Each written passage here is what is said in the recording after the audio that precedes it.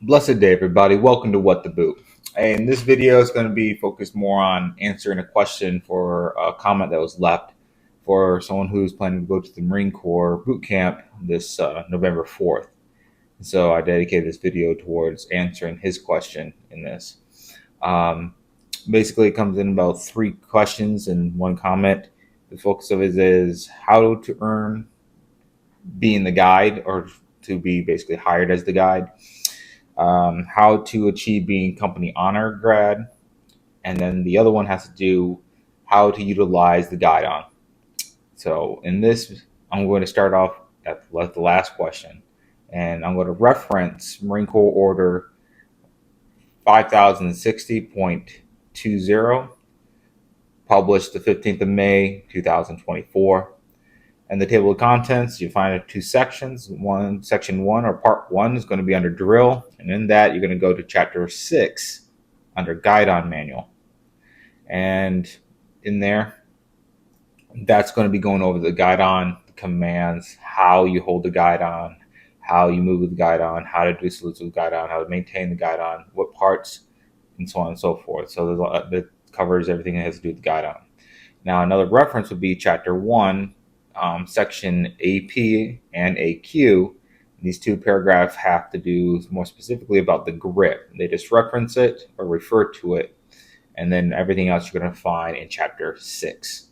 All right, that's going to be in regards to utilizing it. It's a lot better just to send you on there. You can get it online, read that area. That will actually answer all the questions you need, because I was reading it and realized that it was just more efficient just to have you actually go and read it for yourself and anyone else. It's a good read, especially if you're going to be going to boot camp.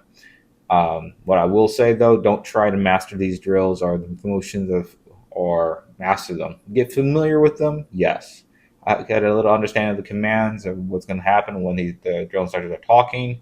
That will actually give you a leg up, that you start to have a better understanding of what to expect or what is going to be wanted there.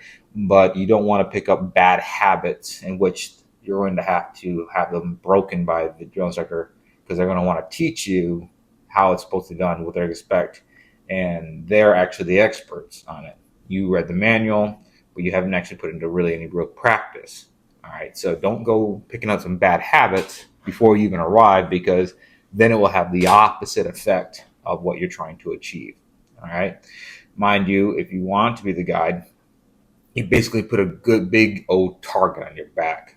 All right, so understand that. But in regards to how to utilize the Guidon, reference Marine Corps Order 5060.20, published 15th May 2019. That's 2019. The second part I'm going to be answering has to do with how to get chosen as the Guidon, or not Guidon, but chosen as the guide. And in the beginning, generally the first one gets kind of picked randomly. It's dependent on the drill instructors. It could be that you be simply picked as you look the meanest, you look the dumbest, you're the tallest, you seem the most fit, you seem capable. Maybe you have what it takes, but they don't know enough. So they're just going to randomly pick one, and you could be picked and 2 minutes later get fired. It can go that quickly. All right. But if you come up confident, you're loud, you're quick, you're not going to falter, hey, you might end up staying in that and holding on to that position a little bit more. But I myself was not the guide when I was in boot camp, but I did observe a lot, and I noticed that the drill instructors tended to look for certain things. And one of them has to do with the leadership traits. You're stepping up, you're being quick, you're looking out for your Marines, and it shows that you have the ability to pick up instructions quickly and understand things quickly. They will task you with things, and you are expected in a quick and efficient manner to go about implementing those instructions ASAP. And so you have all this to consider. So don't go getting your hopes down or whatnot just because you didn't get to be the guide for boot camp. It really won't pan out much when you get to the fleet. Almost nobody's going to care. Virtually nobody's going to care, other than whoever you end up going there with, and you're in the young generation. You know, you have a little, hey, I got one up on you. You just start to talk mad crap to each other. But that's roughly the only real area where it matters unless you get picked as the guidon for your company. And in that case, then no, then definitely preferably get your hands on that guidon ASAP, and hold on to it and try to get as proficient with it as possible.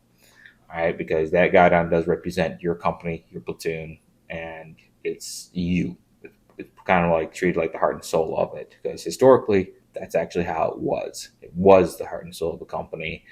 You lived and died by that, and your reputation followed with it. So you didn't want anything happening to it. But that's just a little bit of history. Uh, but in a nutshell, getting picked is kind of simple. And also what that else is going to do is put a big old target on your back. If you're trying to achieve that, you will become quite a focal point. All right. And much more will be expected of you. You will be expected to set the example. You will be to blame for everything. If it goes wrong, you're to blame.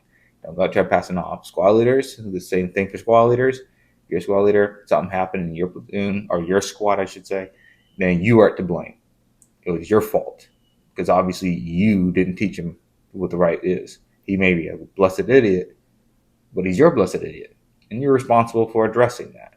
If he can't make his rack, you help him with that.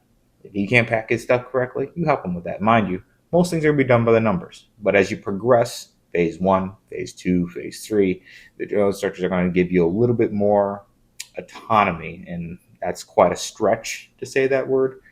And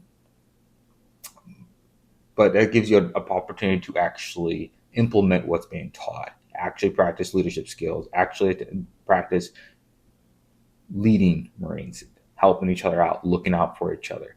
So you got all these factors coming into it. Now, the last question in regards to how to achieve becoming the company honor grad. That is quite a competition. You're talking about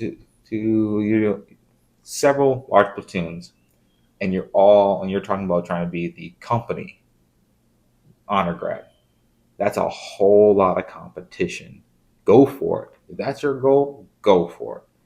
But understand, it will be stiff. You will have to constantly excel and constantly push yourself. You will be uncomfortable. You won't be popular sometimes. You're going to have to look out for the other freaking recruits. You're going to have to sacrifice your time. You're going to have to be looking out for them more than you're really looking out for yourself.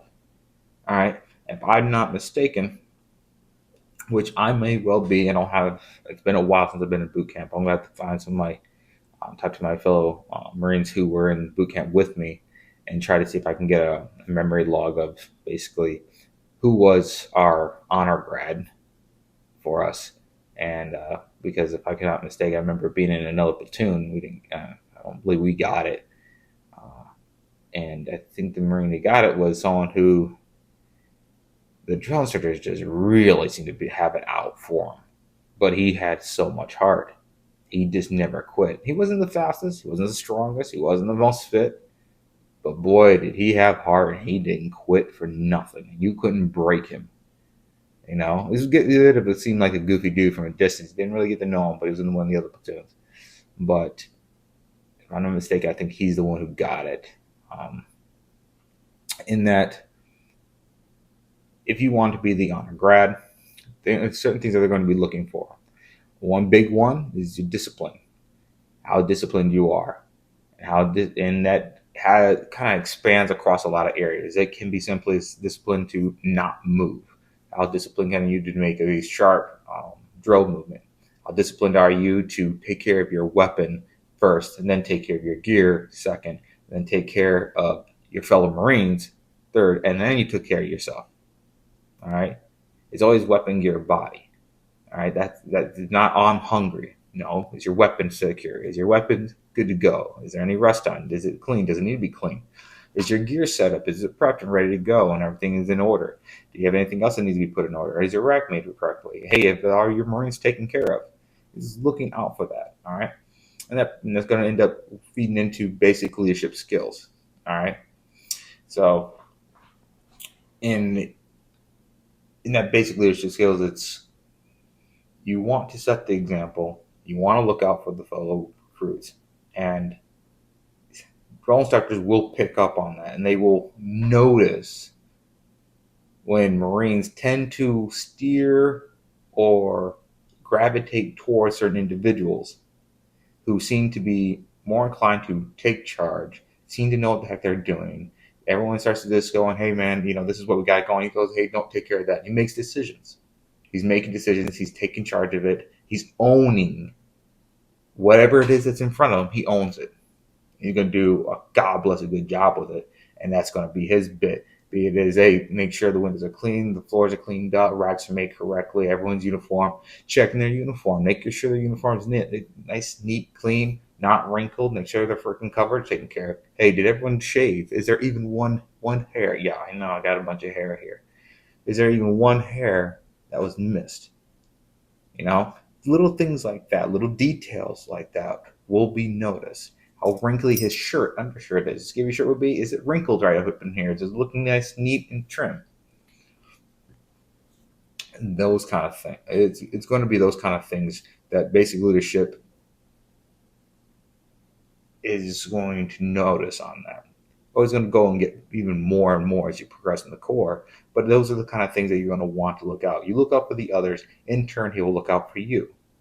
All right. It's about we either succeed as a whole group, or we all will fail. There's no me, it's we. A lot of we in this. All right.